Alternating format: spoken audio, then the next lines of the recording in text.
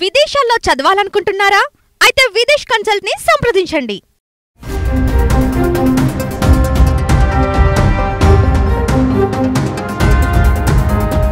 దేశంలో కొత్త వైరస్ వేగంగా విజృంభిస్తోంది. మొదటగా మహారాష్ట్రలో బయటపడ్డ గులియన్ బారే సిండ్రోమ్ దేశం మొత్తం వ్యాపిస్తోంది.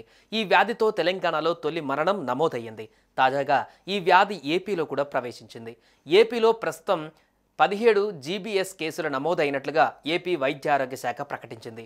జీబీఎస్కు సంబంధించి జీజీహెచ్లో 4 రోజులలో ఏకంగా 7 కేసులు నమోదయ్యాయి. వీరిలో 2 డిశ్చార్జ్ అయి వెళ్ళిపోగా 2 పరిస్థితి విషమంగా ఉంది. వీరికి ఐసీయూలో ఉంచి చికిత్స అందిస్తున్నారు. అటు మహారాష్ట్రలో గులియన్ బారే సిండ్రోమ్ విజృంభణ ఆందోళనకు గురి చేస్తుంది. ఈ వ్యాధి బారిన పడిన వారి సంఖ్య 207కు పెరిగింది.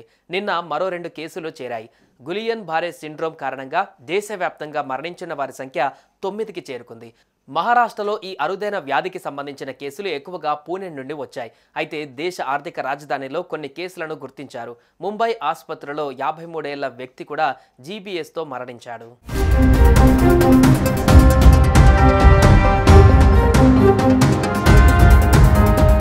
వైద్య ఆరోగ్య శాఖ లెక్కల ప్రకారం మహారాష్ట్రలో మొత్తం రోగులలో 180 మందికి జీబీఎస్ నిర్ధారించబడింది. మిగిలిన రోగులకు వ్యాధి లక్షణాలు ఉన్నాయి. వారికి చికిత్స అందిస్తున్నామని వైద్య ఆరోగ్య శాఖ తెలిపింది. ఈ వ్యాధి కారణంగా ఇప్పటి వరకు మొత్తం 9 మంది రోగులు మరణించారు. వారిలో 7 మంది జీబీఎస్ కారణంగా మరణించారు. మిగిలిన వారు అనుమానిత జీబీఎస్ రోగులుగా మరణించారు. ఫిబ్రవరి 11న కొల్హాపూర్ నగరంలో 9వ మరణం చోటు చేసుకుంది. గులియన్ బారే సిండ్రోమ్ లేదా జీబీఎస్ అనేది అరుదైన ఆటో ఇమ్యూన్ డిజార్డర్. దీనిలో శరీర రోగనిరోధక వ్యవస్థ స్వయంగా నరాలపై దాడి చేస్తుంది. ఇది నరాల భాగాలను దెబ్బతీస్తుంది. కండరాల బలహీనత, జలధరింపు, పక్షవాతం కలిగిస్తుంది. దీని కేసుల్లో ఎక్కువ భాగం పూణే, పింప్రి చించ్వాడ్ నుండి వచ్చాయి. సాధారణంగా బ్యాక్టీరియల్, వైరల్ ఇన్ఫెక్షన్లు జీబీఎస్కి కారణమవుతాయి. ఎందుకంటే అవి రోగ నిరోధక శక్తిని బలహీనపరుస్తాయి. ఈ వ్యాధి కారణంగా శరీర భాగాలు అకస్మాత్తుగా మొద్దుబారిపోతాయి, కండరాలు బలహీనపడతాయి. దీంతో పాటు ఈ వ్యాధి చేతులు, కాళ్లలో తీవ్రమైన బలహీనత వంటి లక్షణాలను కూడా కలిగి ఉంటుంది. రాష్ట్రంలోని కేసులలో ఎక్కువ భాగం పూణే, పరిసర ప్రాంతాల నుండి వచ్చాయి. కొత్త కేసుతో సహా అన్ని ఇన్ఫెక్షన్ కేసులు కలుషితమైన నీటి వనరులతో ముడిపడి ఉండవచ్చు. కలుషితమైన ఆహారం, నీటిలో కనిపించే క్యాంపిలోబాక్టర్ జెజూని అనే బ్యాక్టీరియా ఈ వ్యాప్తికి కారణమని నమ్ముతున్నారు.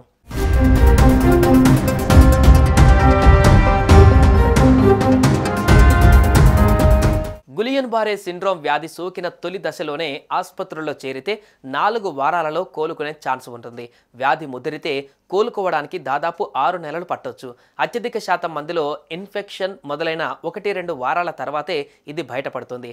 అరుదుగా వాడే ఇన్ఫ్లుయెంజా, టెటానస్ టీకాల వంటివి కూడా గులియన్ బారే సిండ్రోమ్కు కారణం కావచ్చు. అయితే ప్రజలు భయాందోళన చెందవలసిన అవసరం లేదని, కరోనాలా ఇది అంటువ్యాధి కాదని వైద్యులు చెబుతున్నారు. చికిత్సతో నయం చేయవచ్చని భరోసా ఇస్తున్నారు. రోగ నిరోధక శక్తిని నశింపజేసేలా జీబీఎస్ సిండ్రోమ్ విస్తరిస్తుందంటున్నారు వైద్యులు. అతిగా ఇన్ఫెక్షన్లు, వ్యాక్సిన్లు, సర్జరీలు, ట్రామా, జన్యుపరంగానూ జీబీఎస్ వ్యాధి వచ్చే అవకాశం ఉందంటున్నారు. మరోవైపు ఎన్టీఆర్ వైద్య సేవ కింద ఉచిత చికిత్సను అందించనున్నట్లు రాష్ట్ర ప్రభుత్వం ప్రకటించింది. రాష్ట్ర వ్యాప్తంగా 8,000 వ్యాక్సిన్లను అందుబాటులో ఉంచినట్లుగా తెలిపిన వైద్య ఆరోగ్య శాఖ మంత్రి సత్యకుమార్, జీబీఎస్ బాధితులెవరూ కూడా ఆందోళన చెందవలసిన అవసరం లేదని మంత్రి సత్యకుమార్ యాదవ్ స్పష్టం చేశారు.